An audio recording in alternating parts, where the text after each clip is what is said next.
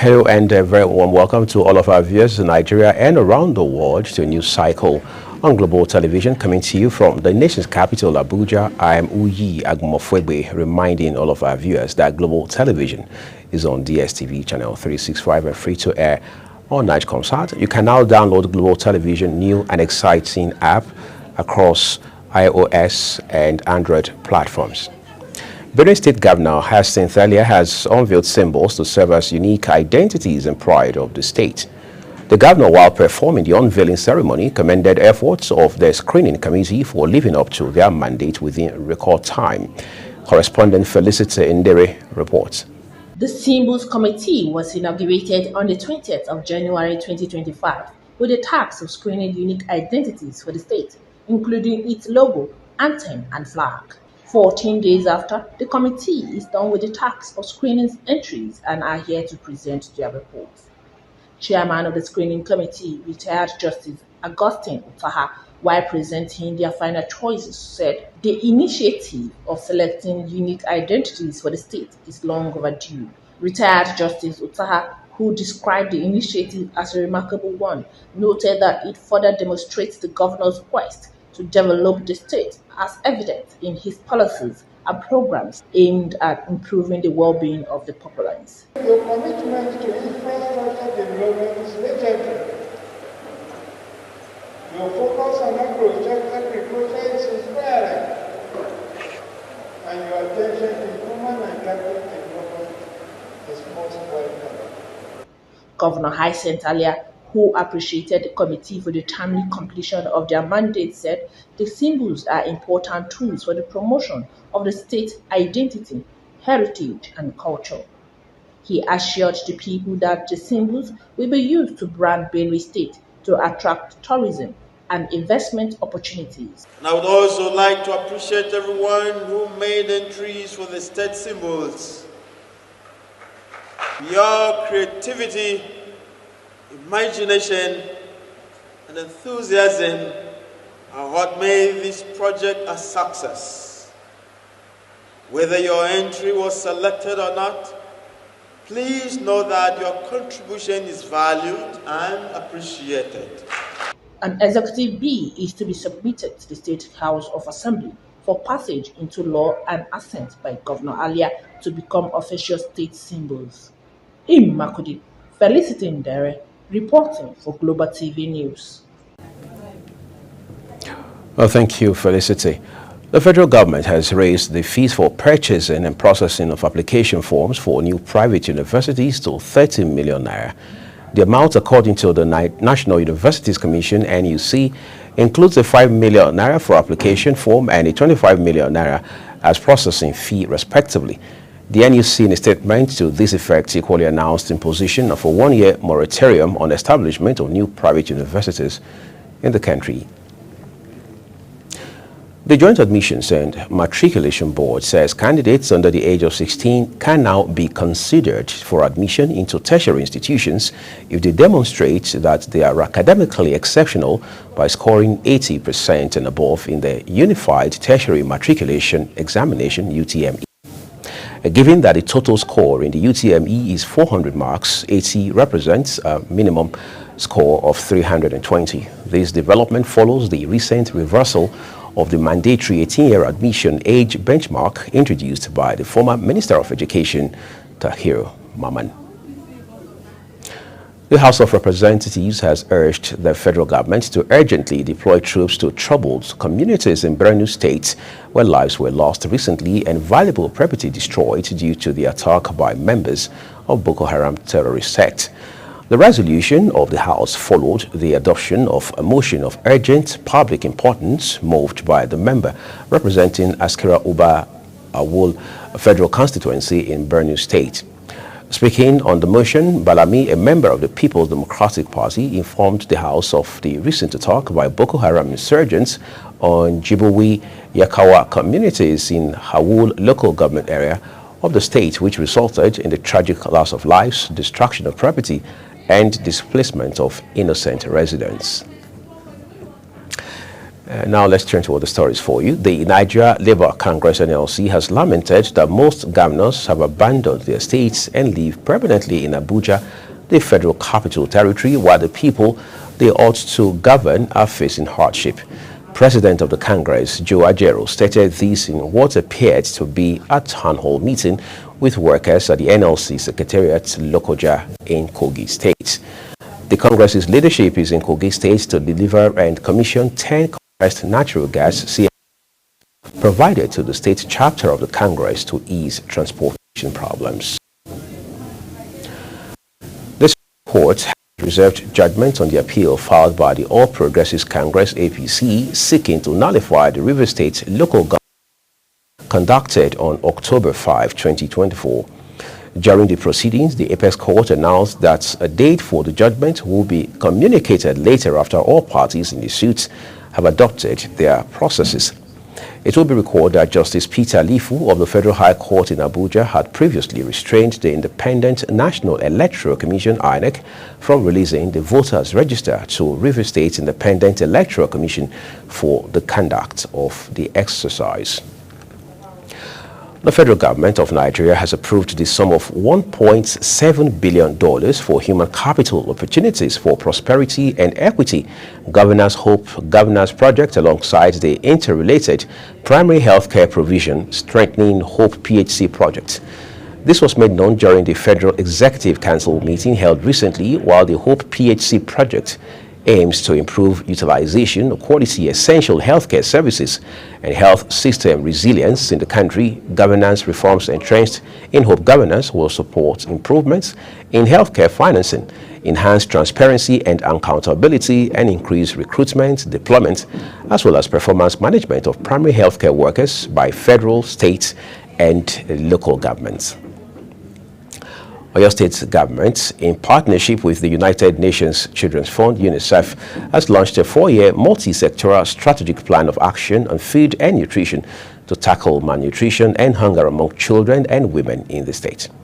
The State Commissioner for Budgets and Economic Planning, Ms. Bodine Babatunde, launched the project in Ibadan, the state capital, in which the Commissioner for Information and Orientation, Dotun Oyelade, said the state government was committed to eradicating malnutrition within its borders.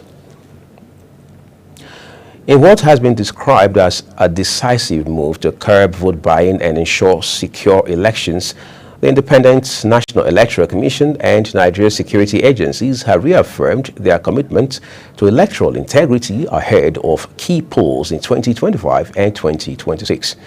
At the first regular meeting of the Interagency Consultative Committee on Election Security for the year in Abuja, INEC Chairman Professor Mahmood Yakubu warned that vote buying remains a serious threat to free and fair elections in the country. Professor Yakubu noted that while arrests have been made in previous elections, the fight against electoral corruption must intensify, especially with party primaries approaching. Global Television's political correspondent Edika Michael will bring us details of the reports during our live broadcast of the News Prime later tonight at 8 p.m. West African time. The Nigerian Railway Corporation, in partnership with APM Terminals, has expanded cargo movement from the Apapa port in Lagos to Nigeria Railway Corporation's freight yard in Monia, Ibadan, Oyo State. At the flag-off ceremony of the standard gauge rail in Apapa in Lagos, the new managing director of the corporation, Dr. Kayode Okbefa, promised that no stone will be left unturned as the rail system is vital under President Bola Tinubu's government. He says this collaboration aims to enhance logistics efficiency, increase rail transport capacity, offer a more sustainable, cost-effective solution for cargo movements, and decongest the Apapa port. This is Global Television, and you're watching the live broadcast of News Cycle with Uye Agmofwebe. When the rest of the news returns shortly, NNPCL under pressure to reduce petrol price and rivalry with Dangote Refinery. We have those details for you from the world of business, as well as more stories from foreign and sports segments. All of that will come on the flip side of this broadcast.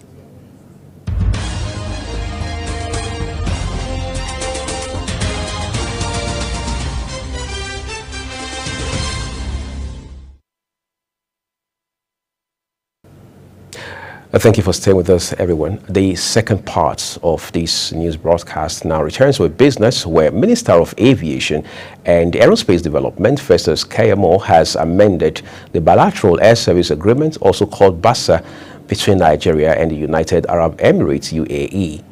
In a statement by Special Advisor on Media and Communications to the Minister, Tunde Moshood, it says the agreement was reached during the ICAO Global Implementation Support Symposium 2025 in a meeting with UAE's Minister of Economy, Abdullah bin Tuk Al-Mari. Moshood also cited the signing of the amended BASA builds on last year's negotiations, ensuring reciprocal rights for both countries and fostering deeper aviation collaboration. The Nigerian National Petroleum Company Limited, NNPCL, is considering fresh premium motor spirits PMS price reduction as MRS filling station in partnership with Dangote Refinery has announced a fuel pump price cuts. The national president of Petroleum Products Retail Outlet Owners Association, Billy Gillis-Harry, and spokesperson for Independent Petroleum Marketers Association, Chinedu Ukadike, said the Nigerian National Petroleum Company Limited has no choice but to reduce petrol retail prices. The Securities and Exchange Commission, SEC, has announced plans to sensitize states' governments on investment opportunities in the capital markets as part of efforts to drive wealth creation and economic growth. Director General Momotimi Agama disclosed this during a meeting with a delegation from the World Bank Group and the International Finance Corporation in Abuja. Agama stated that the Commission aims to enhance the understanding of financial markets, investment strategies, and regulatory frameworks among state governments to help them maximize their economic potential. And now time to look at what the markets have been like on the international scene. Asian markets have struggled as traders keep a nervous eye on Donald Trump's next moves after he signed off on tariffs for steel and aluminum imports and warned of more measures to come. All three main indexes started the week on the front foot. However, Asia struggled to maintain its momentum, with Hong Kong, Shanghai, Singapore, Mumbai, Jakarta, and Manila falling. The president has lived up to his campaign pledges to resume his hardball trade diplomacy to extract concessions on a range of issues, including commerce, immigration, and drug trafficking. As we bring it closer to home now, Moroccan Investment and Export Development Agency has expressed its intention to mobilize investors for direct investment in agriculture and green energy in Yobe State, northeast Nigeria. This development was announced by the head emerging industries at the agency, Yasin El Ayani, when he received Yobe State's delegation led by Secretary to the state government, Baba Malam Wali, in Rabat, Morocco. Ayani said Yobe's rich agricultural resources, including sesame seeds and gum arabic, have immense potential and value in the international markets. On the foreign scene, a private jet owned by Motley Crue lead singer Vince Neil rammed another plane on the runway at Scottsdale Airport in Arizona, leaving one person dead. Report says it collided with a Gulfstream 200 parked at a nearby ramp. 4 people were on the Learjet, which was flying in from Austin, and 1 was on the Gulfstream, according to officials. Quite drastic incident there. The World Health Organization, WHO, has launched a new platform providing cost-free cancer medicines for thousands of children living in low and middle-income countries, all in a bid to improve lagging survival rates. The first medicines were being delivered to Mongolia and Uzbekistan, the WHO says, with further shipments planned for Ecuador, Jordan, Nepal, and Zambia as part of the project's pilot phase. The treatments are expected to reach around 5,000 children with cancer this year across at least 30 hospitals in those 6 nations. South Korea's suspended President Yoon Suk-yeol has blamed what he called malicious opposition for his decision to declare martial law. Yeol told the court that their refusal to applaud him or shake his hand exposed their plans to sabotage his government. The former prosecutor plunged democratic South Korea into political turmoil when he declared martial law on December 3, suspending civilian rule and sending soldiers to parliament. The ceasefire between Hamas and Israel appears increasingly fragile after President Donald Trump warned all hell would break loose unless Hamas releases every Israeli hostage by the weekend. The truce in place since January 19 largely halted more than 15 months of fighting in the Gaza Strip and saw 5 groups of Israeli hostages freed in exchange for hundreds of Palestinian prisoners. However, tension spiked after Trump proposed taking over Gaza and moving its more than 2 million inhabitants.